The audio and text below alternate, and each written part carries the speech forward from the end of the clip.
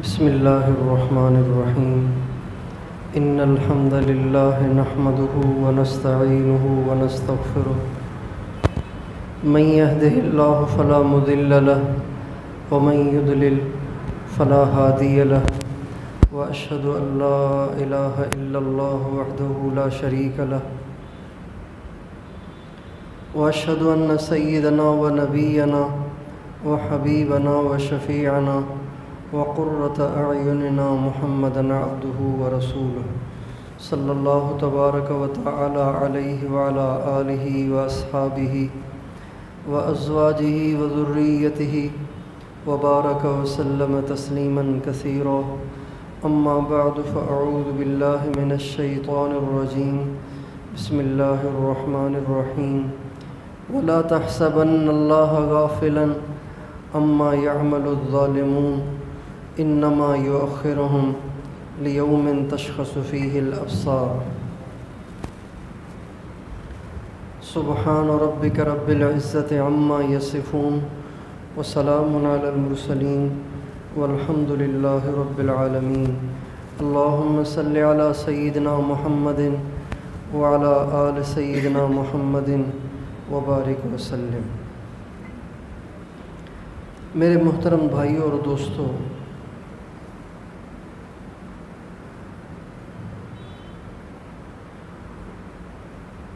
اللہ تعالیٰ نے اس دنیا کو امتحان کی جگہ بنایا ہے، یہ آزمائش کی جگہ ہے، امتحان کی جگہ ہے، حالات کی جگہ ہے، پریشانیوں کی جگہ ہے، دکھوں کا گھر ہے، پریشانیوں کا گھر ہے۔ دنیا میں کوئی انسان اگر یہ چاہے کہ دنیا میں مجھ پر کوئی دکھ نہ آئے، کوئی پریشانی نہ آئے، تو یہ اس کی بھول ہے، یہ اس کی غلط فہمی ہے۔ وہ دنیا کے سب سے بڑے عہدے پر فائز ہو کر بھی دکھوں سے نہیں بچ سکتا۔ نظر تو یہ آتا ہے کہ جو بڑے بڑے عہدوں پہ فائز ہیں ان کو کوئی ٹینشن نہیں ہوگی، ان کو کوئی پریشانی نہیں ہوگی، لیکن ایسے نہیں ہے۔ ہر انسان کے دکھوں کی نوعیت الگ ہے۔ غریب کے دکھ اور ہیں، امیروں کے دکھ اور ہیں، بے روزگاروں کے دکھ اور ہیں، اور روزگار والے اور عہدیدار اور اقتدار والے، حکومت والے، ان کے دکھوں کی نوعیت اور ہے۔ دکھ یہاں سب پہ آتے ہیں، پریشانیاں یہاں سب پہ آتی ہیں۔ اس لیے انسان کو چاہیے کہ اپنا ذہن بنا لے، ذہنی طور پر تیار رہے کہ یہ دنیا ہے، جنت نہیں ہے، یہ آزمائش کی جگہ ہے۔ یہاں گرمی بھی آئے گی، سردی بھی آئے گی، غم بھی آئے گا، خوشی بھی آئے گی، کوئی کام ہو جائیں گے، کوئی کام نہیں ہو پائیں گے، کچھ ارمان پورے ہو جائیں گے، بہت سے ارمان سینے ہی میں دبے رہ جائیں گے۔ یہ ذہن اگر انسان اپنا پہلے بنا لے تو پھر یہ جو لوگ ڈپریشن میں چلے جاتے ہیں اور ٹینشن لے لیتے ہیں، نفسیاتی مریض ہو جاتے ہیں، خودکشی کرنے پہ تیار ہو جاتے ہیں، زندگی سے بیزار آ جاتے ہیں اور چڑچڑے ہو جاتے ہیں، یہ صورتحال کبھی پیدا نہ ہو۔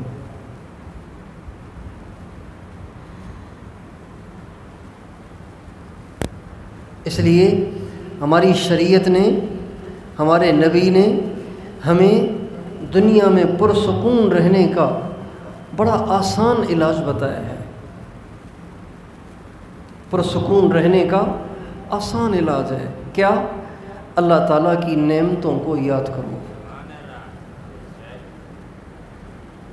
ہمارے نبی نے اماں عائشہ رضی اللہ عنہا سے فرمایا، عائشہ دنیا میں جو تم سے آگے ہوں ان کو نہ دیکھنا ورنہ ناشکری آئے گی، دنیا میں جو اپنے سے نیچے ہوں ان کو دیکھنا تو اس سے جو تم پر نعمتیں ہیں اس کی شکر گزاری پیدا ہوگی۔ اور دین کے لحاظ سے اپنے سے نیچے والوں کو نہ دیکھنا، اپنے سے اوپر والوں کو دیکھنا، تاکہ دین میں اور آگے بڑھنے کا جذبہ اور شوق پیدا ہو۔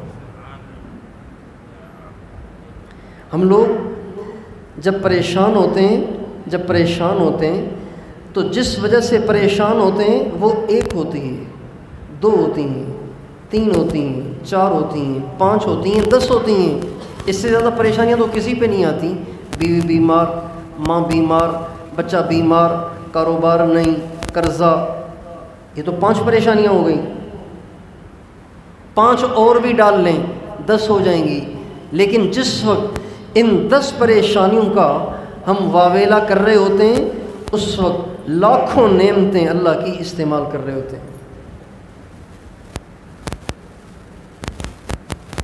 ڈاڑھ میں درد ہے اور ہم چیخ رہے ہیں، آنکھیں تو ٹھیک ہیں، ہاتھ بھی ٹھیک ہیں، پاؤں بھی ٹھیک ہیں، آنتیں بھی ٹھیک ہیں، چھوٹی آنت بھی ٹھیک ہے، بڑی آنت بھی ٹھیک ہے، معدہ بھی ٹھیک ہے، گردے بھی ٹھیک ہیں، پھیپھڑے بھی ٹھیک ہیں، آرام سے سانس آ رہا ہے اور جا رہا ہے۔ یہ کتنی بڑی نعمت ہے۔ آپ دمے کے مریضوں کو دیکھیں، ہمارے شہر میں ایک ہوتے تھے، فوت ہو گئے، دمے کے مریض ہوتے تھے، تو کبھی کبھی ہمارا اس مسجد میں مشورہ ہوتا تھا، ہفتے وار مشورہ، تو وہ مسجد کے دروازے پہ بیٹھے ہوتے تھے، تو میں ان کو دیکھتا تھا کہ وہ سانس لیتے ہوئے پوری طاقت لگا رہے ہوتے تھے۔ سانس لینے میں پوری طاقت لگا رہے ہوتے تھے، سانس لینے میں اتنا زور لگ رہا ہوتا تھا کہ ان کی رگیں پھول جاتی تھیں، ان کی آنکھیں پھٹ جاتی تھیں، اتنا زور لگ رہا ہوتا تھا سانس لینے میں۔ ان کو دیکھ کے یہ احساس ہوتا تھا کہ سانس لینا، آرام سے سانس لینا کتنی بڑی نعمت ہے۔ سانس نکالنا نعمت، سانس لینا نعمت، پیشاب کا آ جانا نعمت، پاخانے کا آ جانا نعمت۔ ہمارے نبی کی دعا ہے، آپ کھانے کے بعد پڑھا کرتے تھے۔ کھانے کے بعد ایک تو مشہور دعا ہے، الحمدللہ الذی اطعمنا وسقانا وجعلنا مسلمین۔ ایک دعا اور ہے، غیر معروف ہے، حدیث کی کتابوں میں ہے۔ ہمارے نبی کھانے کے بعد یہ دعا پڑھتے تھے، الحمدللہ الذی اطعم وسقا وصوبہ وجعل له مخرجا۔ اے اللہ تیرا شکر ہے، تو نے کھلایا اور تو نے پلایا اور تو نے اسے ہضم بھی کیا اور تو نے اس کے نکلنے کا راستہ بھی بنایا۔ ابھی کچھ ہفتے پہلے ایک شخص سے ملاقات ہوئی، اس نے کہا کہ اللہ تعالیٰ نے مجھے بیٹا دیا ہے لیکن اس کو پاخانے کی جگہ ہی نہیں ہے، پاخانے کی جگہ نہیں ہے۔ میں نے کہا پھر کیسے ہوگا؟ کہنے لگے ڈاکٹروں نے پیٹ کاٹ کے آنت کا راستہ ادھر سے بنایا ہے، پیٹ کاٹ کے وہاں سے پائپ لگایا ہے، اس پائپ کے ذریعے سے پاخانہ آ رہا ہے۔ تو میں نے کہا کب تک یہ زندگی کیسے گزرے گی؟ کہنے لگے ڈاکٹر کہہ رہے ہیں جب یہ تھوڑا سا بڑا ہو جائے گا تو پھر ہم آپریشن کر کے خود جگہ بنائیں گے پاخانہ نکلنے کی۔ ہمارے نبی فرماتے ہیں وجعل له مخرجا، اے اللہ یہ بھی تیری نعمت ہے کہ تو نے پاخانہ نکلنے کی جگہ بنائی ہے۔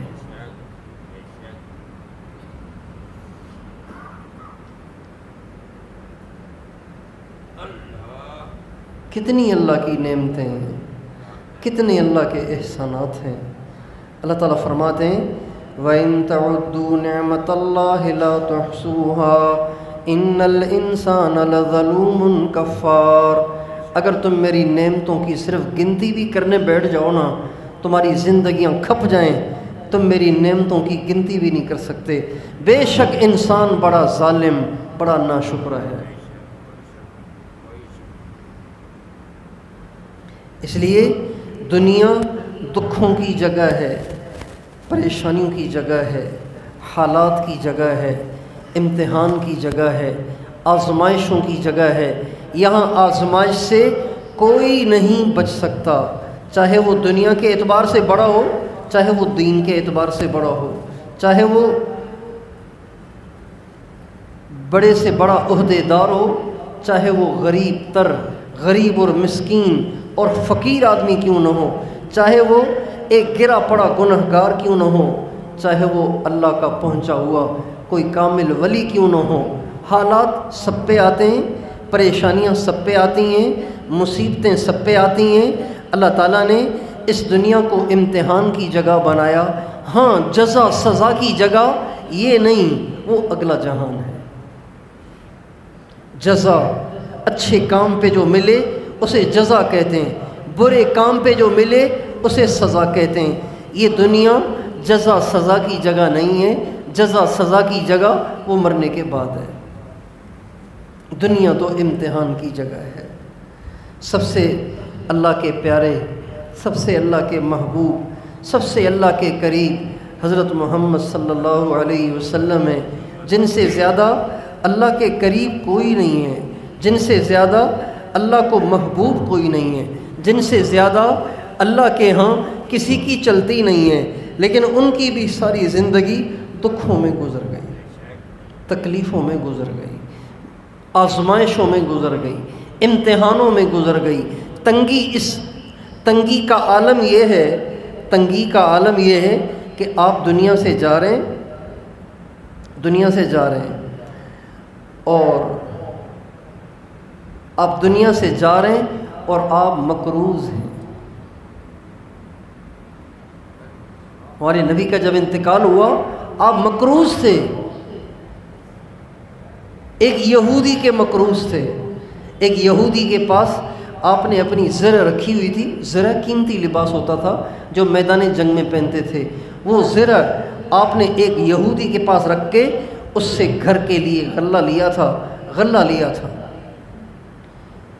انتقال تک آپ کے پاس اتنی گنجائش نہ ہو سکی کہ آپ اس یہودی کا قرضہ اتار کے اپنی زرہ چھڑا سکتے۔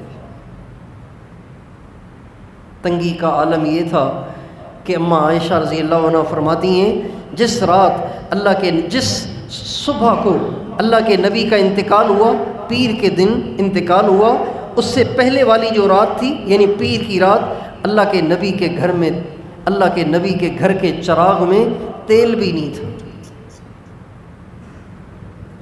تنگی کا عالم یہ تھا۔ اس سے پتہ چلتا ہے کہ دنیا آزمائش کی جگہ ہے، امتحان کی جگہ ہے۔ یہاں ظالم بھی ہوگا، مظلوم بھی ہوگا، اچھے بھی ہوں گے، برے بھی ہوں گے، اور یہ دنیا ایسے ہی چلے گی۔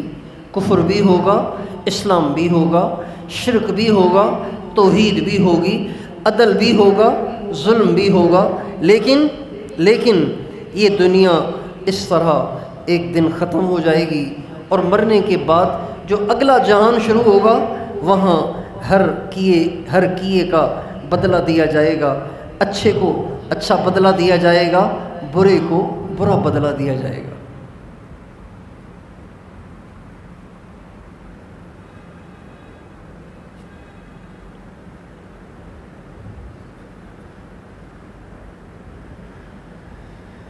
اور اس بات پہ دلیل صرف سرکار دو عالم صلی اللہ علیہ وسلم کی زندگی نہیں ہے، بلکہ ہمارے نبی کے صحابہ اور اہل بیت کی زندگی بھی اس پر شاہد اور گواہ ہے کہ یہ دنیا آزمائش کی جگہ ہے، امتحان کی جگہ ہے، جزا سزا کی جگہ نہیں ہے۔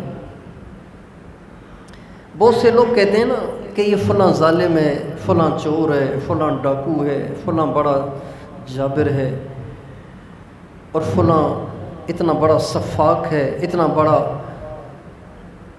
ظالم ہے، تو اتنا لمبا عرصہ اس کو نہیں ہونا چاہیے، اب تو اس کی پکڑ آ جانی چاہیے۔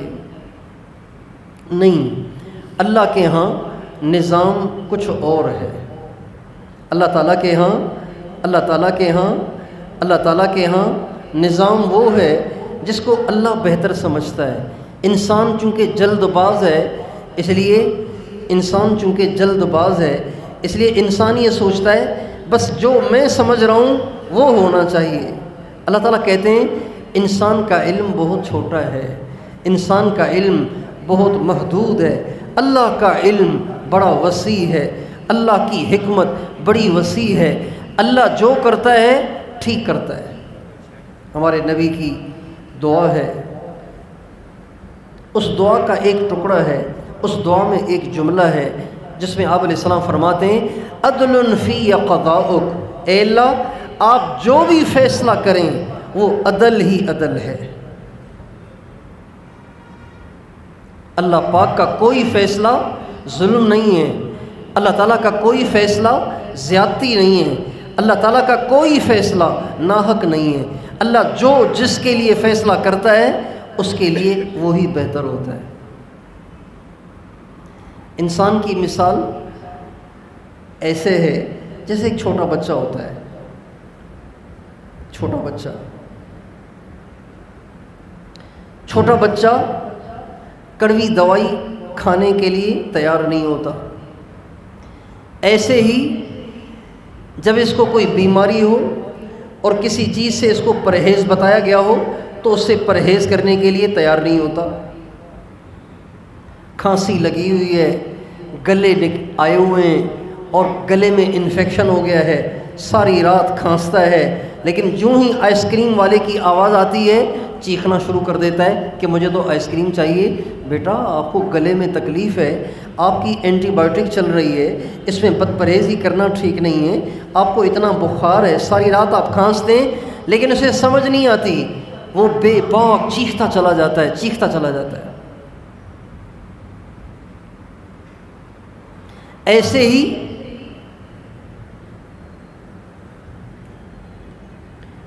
کھانا کھانا بچے کی ضرورت ہے، نہانا اور کپڑے بدلنا بچے کی ضرورت ہے، اور وقت پہ کھانا کھانا بچے کی ضرورت ہے، لیکن وہ نہیں کھاتا۔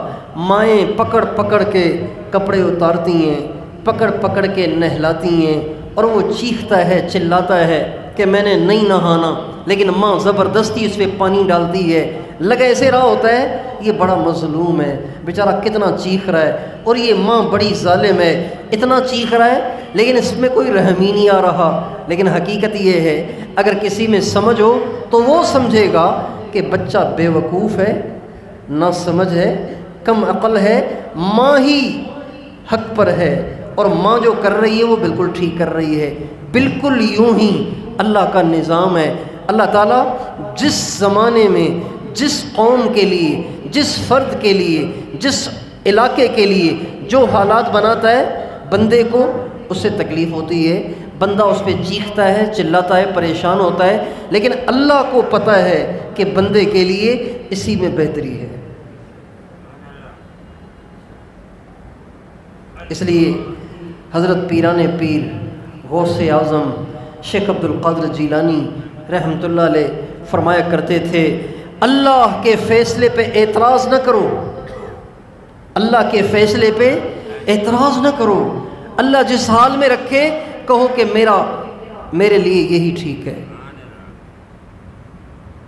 اللہ پہ اعتماد کرو، اللہ پہ اعتماد کرو، اللہ پہ اعتماد کرو۔ جیسے ڈاکٹر پہ ایک مریض کو اعتبار ہوتا ہے نا، ڈاکٹر اس کو لٹاتا ہے، پہلے تو بے ہوش کر دیتے تھے، اب تو بندہ ہوش میں ہوتا ہے، اپنی آنکھوں سے دیکھ رہا ہوتا ہے کہ اس کا پیٹ کاٹا جا رہا ہے اور اس کی چیز نکالی جا رہی ہے، اپنی آنکھوں سے مریض دیکھتے ہیں۔ تو چونکہ مریض کو ڈاکٹر پہ اعتماد ہے لہٰذا وہ اس کو کاٹنے دے رہا ہے، اس کو زخم دینے دے رہا ہے، اس کو اس کی اجازت دے رہا ہے کہ وہ اس کا خون بہائے، اس کا پیٹ کاٹے، اس کی آنتیں کاٹے اور پتہ نہیں کیا کچھ کرے۔ مریض اپنے آپ کو ڈاکٹر کے حوالے کر دیتا ہے اور اپنی کاٹا پیٹی کے لیے تیار ہو جاتا ہے۔ کیوں؟ اس لیے کہ اس کو اعتماد ہے کہ ڈاکٹر جو کرے گا وہ ٹھیک کرے گا۔ اللہ کے فیصلے پہ کیوں راضی نہیں ہے؟ اس لیے کہ اللہ پہ اعتماد ہی نہیں ہے۔ ہم سمجھتے ہیں کہ ہم بڑے سمجھدار ہیں لہٰذا اللہ کو مشورے دیتے ہیں۔ ایک آدمی نے کہا کہ جی دعا کریں کہ میرا فلاں جگہ رشتہ ہو جائے، تو میں نے کہا میں یہ دعا کروں گا کہ یا اللہ اگر بہتری ہے تو ہو جائے، بہتری نہ ہو تو نہ ہو، تو کہنے لگے آپ یہ دعا کیوں نہیں کرتے کہ اللہ اسی میں بہتری ڈال دے؟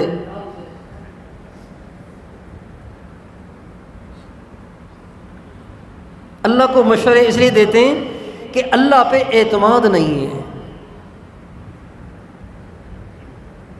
اللہ پہ اعتماد نہیں ہے۔ اللہ کی رضا میں راضی رہنا یہ ولایت کا سب سے اونچا درجہ ہے، اللہ کی رضا میں راضی رہنا۔ بخار آ گیا ہے تو اب یوں نہ کہو یوں کیا تھا نا اس لیے یوں ہو گیا ہے، یوں نہ کرتا تو یوں نہ ہوتا، یوں نہ کہیں بلکہ کہیں جس میں اللہ کی رضا۔ چوٹ لگ جائے یوں نہ کہیں وہاں سے آتے نا تو زیادہ ٹھیک تھا، یہاں پہ کھڈا تھا اس لیے چوٹ لگ گئی، یوں نہ کہیں بلکہ کہیں جس میں اللہ کی رضا۔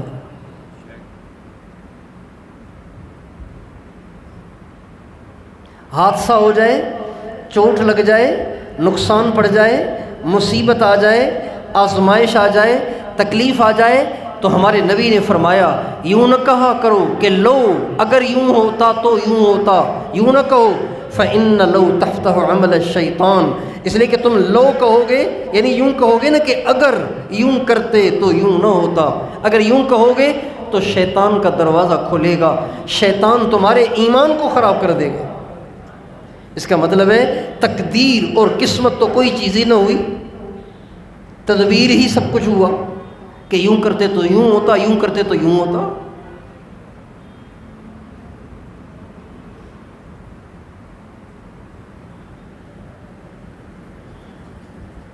حدیث قدسی میں اللہ تعالیٰ فرماتے ہیں من لم یرض بقضائی ولم یصبر علی بلائی فلیلتمس ربا سوائی۔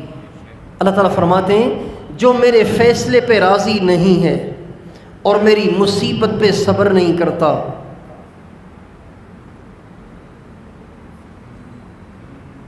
جو میرے فیصلے پہ راضی نہیں ہے، میری مصیبت پہ اسے صبر نہیں ہے، اسے چاہیے کہ کوئی اور رب تلاش کر لے۔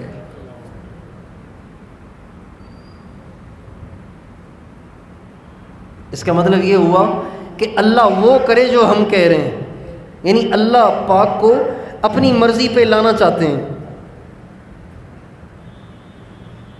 دو صحابہ آپس میں بیٹھے ہوئے تھے، دو صحابہ آپس میں بیٹھے ہوئے تھے اور بڑے صحابہ تھے آپس میں بیٹھے ہوئے تھے۔ ایک صحابی فرمانے لگے میرا تو دل یہ چاہتا ہے کہ مجھے کبھی موت آئے ہی نہیں تاکہ میں اور نیکیاں کماؤں اور نیکیاں کماؤں اور نیکیاں کماؤں۔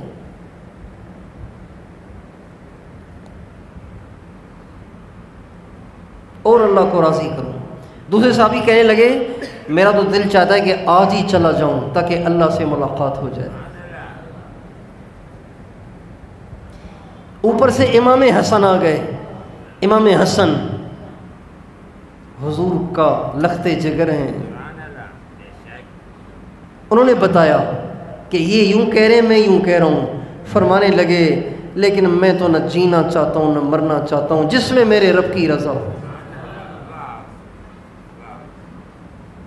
تو دونوں کہنے لگے آپ زیادہ ٹھیک ہیں۔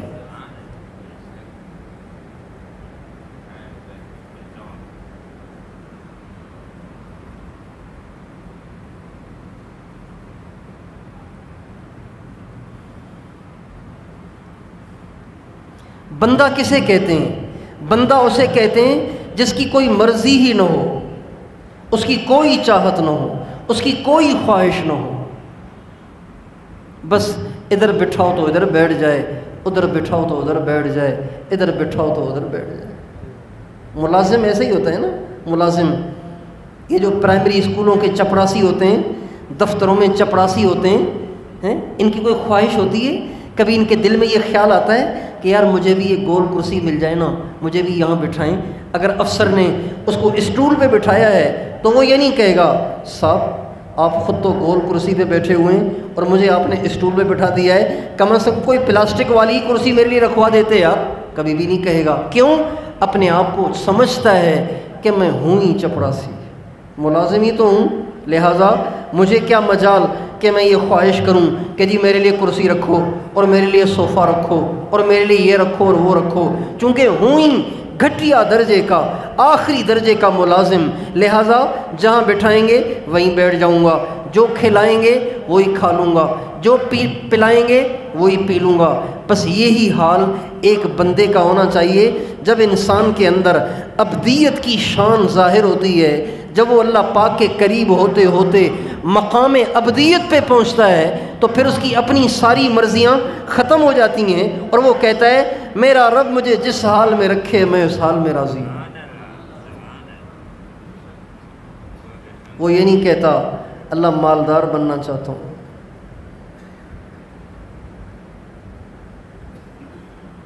وہ یہ نہیں کہتا ڈگری لے کے بیٹھا ہوا ہوں نوکری نہیں مل رہی، وہ یہ نہیں کہے گا، وہ یہ نہیں کہے گا جوان ہو گیا ہوں رشتہ ہی نہیں مل رہا، وہ یہ نہیں کہے گا، وہ یہ نہیں کہے گا 15-20 سال ہو گئے شادی ہو گئی ہے اولاد ہی نہیں ہو رہی، وہ یہ نہیں کہے گا، شادی ہو گئی ہے 5 لڑکیاں ہیں لڑکا ایک بھی نہیں ہے، وہ یہ نہیں کہے گا، وہ کہے گا جس میں میرے رب کی رضا۔ حضرت ابراہیم علیہ السلام کو جب آگ میں پھینکا جا رہا تھا، جب آگ میں پھینکا جا رہا تھا تو فرشتوں نے آ کے کہا ابراہیم کوئی ضرورت ہے تو ہمیں بتا دو، بہت خوفناک آگ ہے، آپ جل جائیں گے، تو آپ ہمیں فرمائیں نا۔ ایک تھا بارش کا فرشتہ، ایک تھا ہوا کا فرشتہ، بارش والے نے بھی کہا اور ہوا والے نے بھی پیشکش کی، لیکن دونوں کی پیشکش کو ٹھکرا دیا اور فرمانے لگے ابھی فی الحال آپ کی مجھے ضرورت نہیں ہے۔ تو کہنے لگے پھر کس کی ضرورت ہے؟ کہنے لگے اس کی ضرورت ہے جس کے لیے پھینکا جا رہا ہوں۔ تو کہنے لگے پھر اس سے بھی مانگے تو صحیح نا، آپ تو خاموش خاموش جا رہے ہیں آگ کی طرف۔ کہنے لگے علمہ بحالی یکفینی عن سوالی، علمہ بحالی حسبی من سوالی۔ وہ جانتا ہے کہ نہیں کہ ابراہیم کو آج ڈالا جا رہا ہے؟ جب اسے پتہ ہے تو میں کیوں کہوں کہ مجھے بچاؤ؟ میں کیوں کہوں؟ اس کو پتہ ہے نا، پھر میں کیوں کہوں؟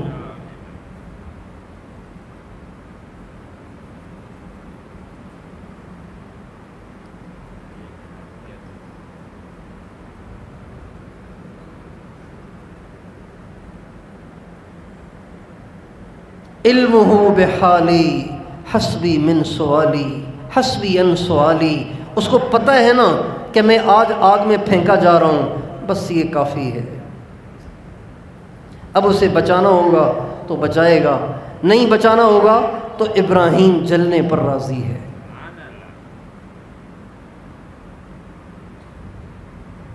ہمارے نبی کی دعا ہے اے اللہ میں تجھ سے اس بات کا سوال کرتا ہوں،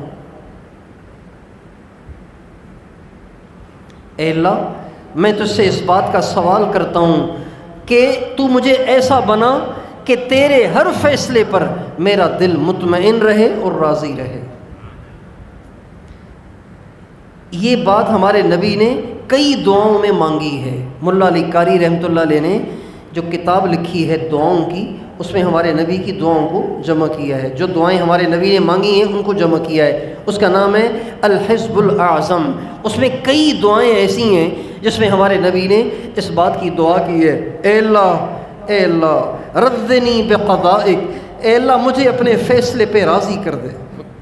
اور ایک دعا میں اللہ کے نبی نے کہا ہے اللہم انی اسألک الصحہ والعفہ والامانۃ وحسن الخلق والرضا بالقدر۔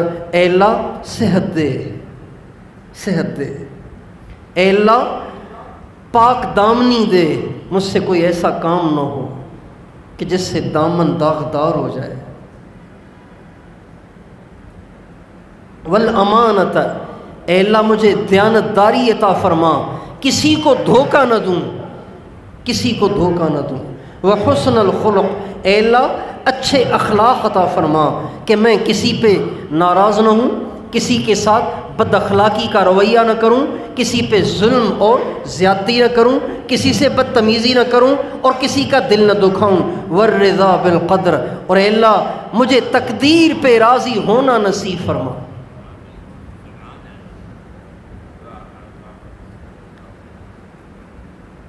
زندگی کا سارا سکون اس کے اندر چھپا ہوا ہے، سارا سکون اس میں چھپا ہوا ہے،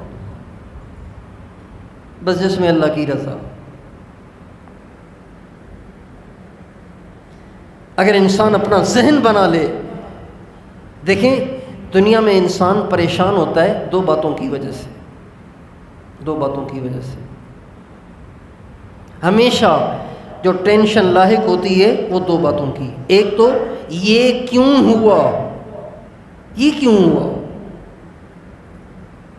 ایک، اور دوسرا یہ کیوں نہیں ہو رہا، یہ دو، یہی دو ٹینشنیں ہیں، اس کے علاوہ کوئی تیسری ہے؟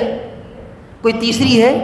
آپ دنیا کی ساری ٹینشنیں، افکار اور غم اور دکھ جمع کریں، وہ یا تو اس زمرے میں آئیں گے یا اس زمرے میں آئیں گے، ان میں یا تو یہ ہوگا کہ یہ کیوں ہوا یا یہ ہوگا کہ یہ کیوں نہیں ہو رہا، اس میں یہ سارے غم آ جائیں گے۔ لیکن اگر یہ یقین ہو جائے، انسان کا دل اس بات کو تسلیم کر لے کہ اللہ نے نہیں چاہا اس لیے نہیں ہوا، اللہ نہیں چاہتا اس لیے نہیں ہوا، اور یہ کیوں ہو گیا ہے؟ اللہ کا حکم ہو گیا ہے اس لیے ہو گیا ہے، اللہ نے کہا ہے اس لیے ہوا ہے، تو اللہ نے کہا ہے ٹھیک ہے جی۔